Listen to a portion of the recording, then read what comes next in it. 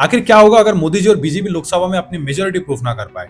तो क्या मोदी जी को इमीडिएटली रिजाइन करना पड़ेगा? अब इसे समझने के लिए हमें सबसे पहले ये समझना होगा कि आखिर गवर्नमेंट का फॉर्मेशन और उसका वर्किंग कैसे होता है। अब अगर किसी भी पार्टी को अपनी गवर्नमेंट फॉर्म करनी है तो उनके पास लोकसभा का मोर देन 50% सपोर्ट होना चाहिए। अब ये जो मेंबर ऑफ लोकसभा है ये वो लोग हैं जिन्हें हम इलेक्ट करते हैं। आज के टाइम पर इंडिया लगभग 543 कंस्टिट्यूएंसी में डिवाइडेड है और हर कंस्टिट्यूएंसी से एक एमपी को जनता इलेक्ट करती है और यही व्यक्ति आगे चलकर ये डिसाइड करते हैं कि इंडिया के प्राइम मिनिस्टर कौन बनेंगे। अब अगर किसी भी पार्टी को अपनी गवर्नमेंट फॉर्म करनी है तो उनके पास मोर देन 50% यानी कि लगभग 272 एमपीज का सपोर्ट होना चाहिए और अगर किसी पार्टी के पास 272 एमपीज का सपोर्ट है तो उसी पार्टी के प्राइम मिनिस्टर बनते हैं। पर कोई एमपी जब अपनी पार्टी से रिजाइन करता है या फिर किसी और पार्टी को ज्वाइन करता है तो रूलिंग पार्टी का जो सपोर्ट था वो कम हो जाता है। अब ऐसे टाइम पर रूलिंग गवर्नमेंट को अपनी मेजोरिटी प्रूफ करनी होती है और इसी चीज को कहा जाता है फ्लोर टेस्ट। अगर रूलिंग पार्टी की मेजोरिटी प्रूफ हो जाती है तो उन्हीं के प्राइम मिनिस्टर कंटिन्यू करते हैं, लेकिन अगर मेजोरिटी प्रूफ नहीं हो पाती तो प्राइम मिनिस्टर को रिजाइन करना पड़ सकता है, जिसके बाद प्रेसिडेंट अपोजिशन को इनवाइट करते हैं कि वो अपनी मेजोरिटी प्रूफ करे और अगर अपोजिशन भी अपनी मेजोरिटी प्रूफ नहीं कर पाता